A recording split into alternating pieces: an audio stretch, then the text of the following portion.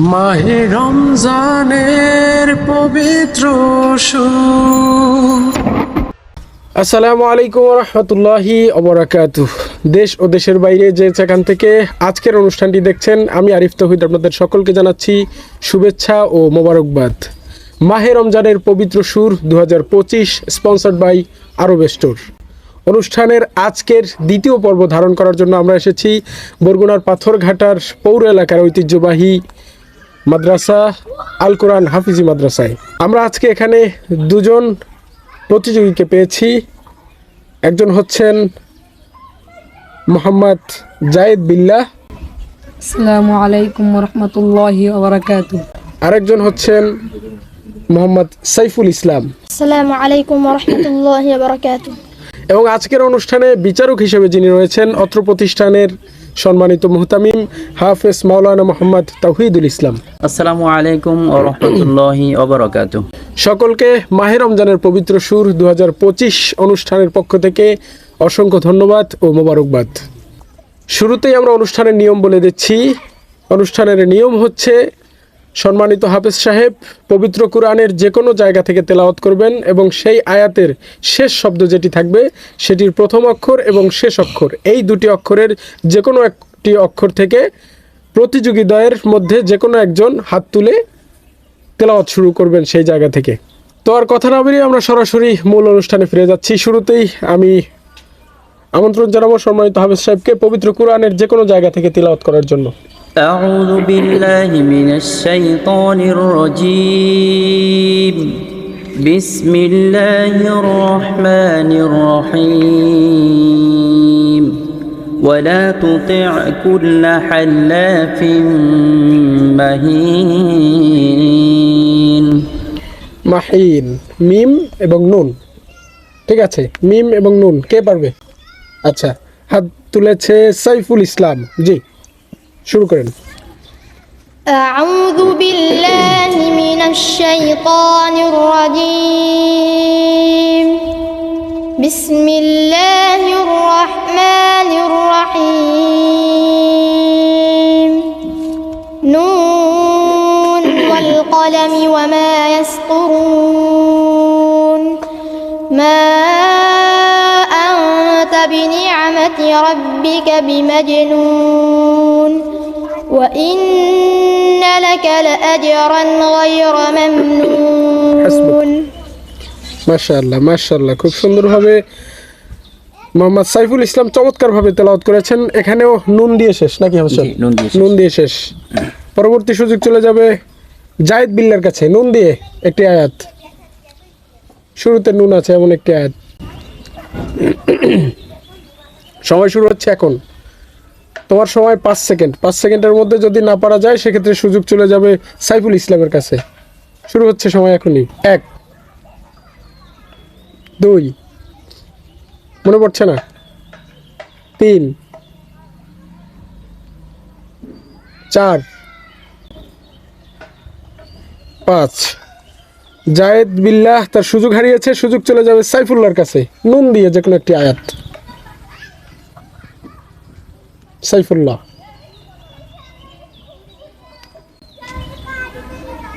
সাইফুল্লাহও টেনশনে আছে। সাইফুল্লাহরও টাইম শুরু হচ্ছে এখনই। 1,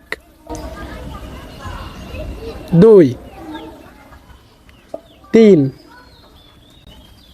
4, মনে করছে না, 5। মাশাআল্লাহ, ধন্যবাদ দুজনকে। দুজনেই যে জায়গাটায় পরাজিত, আমি একটু ওদেরকে স্মরণ করিয়ে দেওয়ার জন্য সম্মানিত বিচারক হাফেজ মাওলানা তাওহিদুল ইসলামের কাছে যাব। নুন দিয়ে একটি আয়াত যদি ওদের স্মরণে আপনি একটু পড়ে শোনাতেন। বিসমিল্লাহির রহমানির রহিম. নাহনু নাযালনা আলাইকাল কুরআন. নাহনু নাযালনা আলাইকাল কুরআন। এই দুটো শব্দের মধ্যে কোনটা দিয়ে পারা যাবে? দুজনের মধ্যে কে হাত তুলবে? আচ্ছা, জায়েদ বিল্লাহ। أعوذ بالله من الشيطان الرجيم. بسم الله الرحمن الرحيم. كلا بل تكذبون بالدين وإن عليكم لحافظين حافظين كراما كاتبين يعلمون ما لا تفعلون হাসবুক। আচ্ছা, তাফআলুন সর্বশেষ। তাফআলুনের তা এবং নুন দুইটা থেকে যে কোনো একটি তা দিয়ে মনে পড়ছে তেলাওয়াত? হ্যাঁ, সাইফুল ইসলাম তা দিয়ে। أعوذ بالله من الشيطان الرجيم بسم الله الرحمن الرحيم تبت يدا أبي لهب وتب ما أغنى عنه ماله وما كسب سيصلى نارا ذات لهب وامرأته حمالة الحطب ফেসবুক। আচ্ছা, এখানে পেলাম আমরা হা এবং বা, হা অথবা বা দিয়ে। আচ্ছা, জায়েদ বিল্লাহ। হ্যাঁ, মাশাআল্লাহ, জায়েদ বিল্লাহ। أعوذ بالله من الشيطان الرجيم بسم الله الرحمن الرحيم بل تؤثرون الحياة الدنيا والآخرة হাসবুক, মাশাআল্লাহ। জায়েদ বিল্লাহ অনেক ভালো করছে এবং পাশাপাশি সাইফুল্লাহ অনেক ভালো করছে। আমরা এখানে সর্বশেষ শব্দ পেয়েছি হ্যাঁ, আখির র। র দিয়ে এবারে সুযোগ চলে যাবে সাইফুল্লাহর কাছে।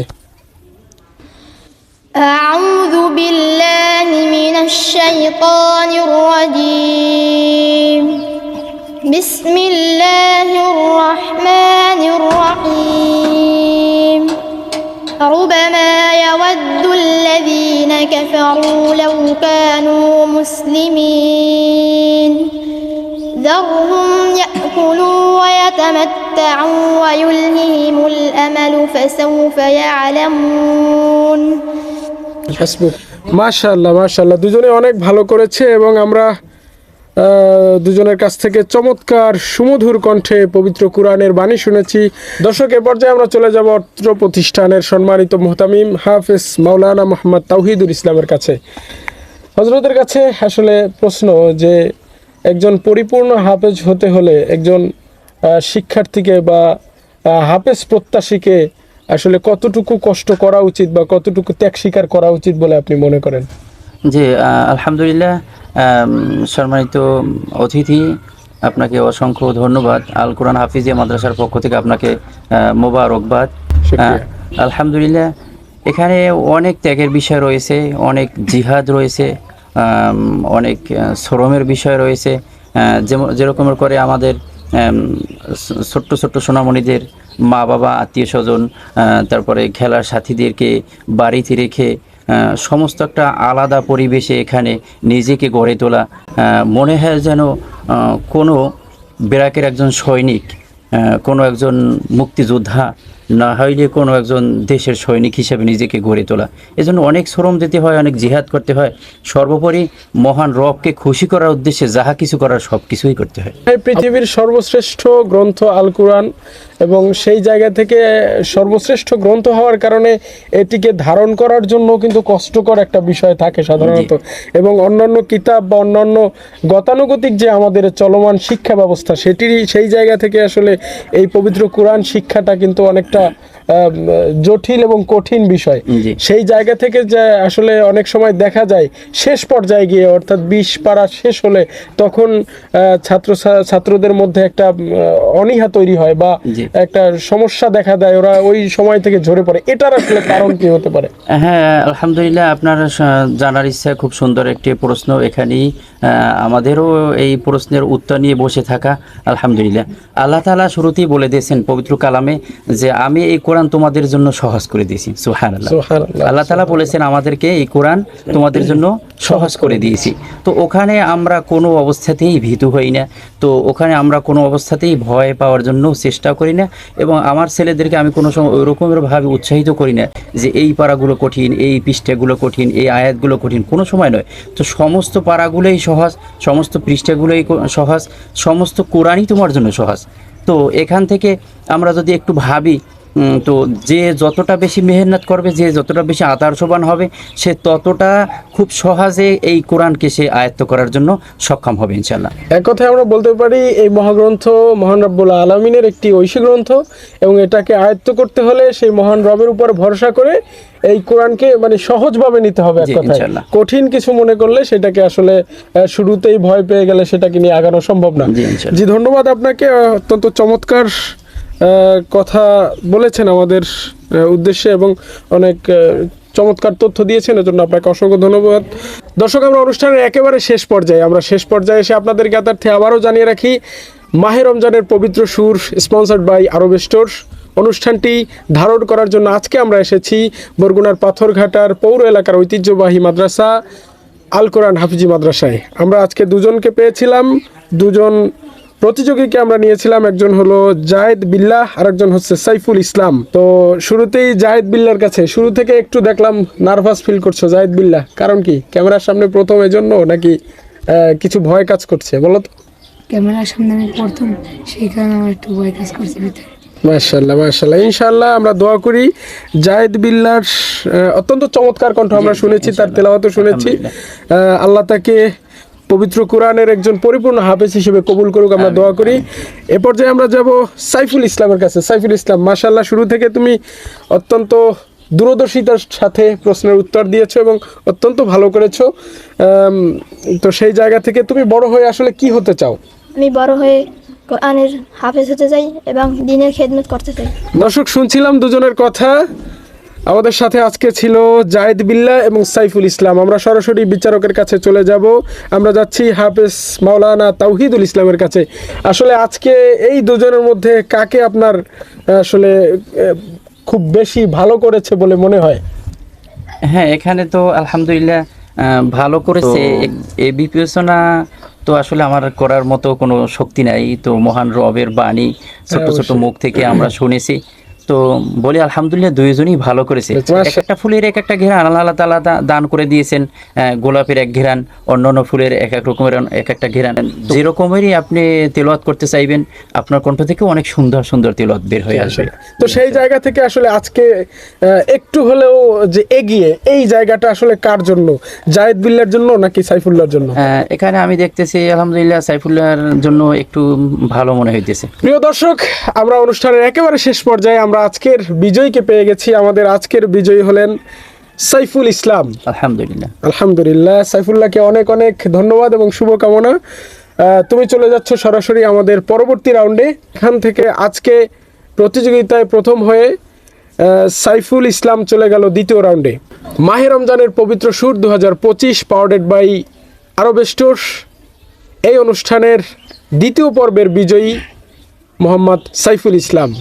দর্শক, মাহে রমজানের পবিত্র সুর 2025 পাওয়ার্ডেড বাই আরব স্টোর আজকের অনুষ্ঠানটি আপনাদের কাছে কেমন লেগেছে অবশ্যই কমেন্টস করে জানাবেন, এবং অনুষ্ঠানটি ধারাবাহিকভাবে দেখার জন্য চোখ রাখুন ডিজিটাল চোখ ফেসবুক পেজ এবং ইউটিউব চ্যানেলে। আজকের মতো আমি আরিফ তৌহিদ বিদায় নিচ্ছি আপনাদের কাছ থেকে। দেখা হবে পরবর্তীতে নতুন কোনো প্রতিষ্ঠানে, নতুন কোনো জায়গায়। সে পর্যন্ত সকলে ভালো থাকুন, সুস্থ থাকুন।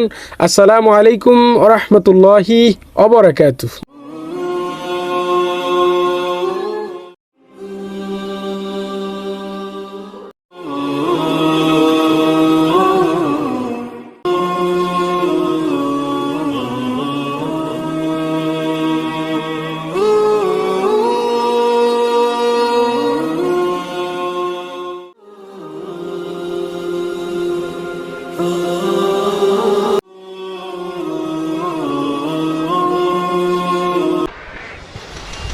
মাহে রমজানের পবিত্র সুর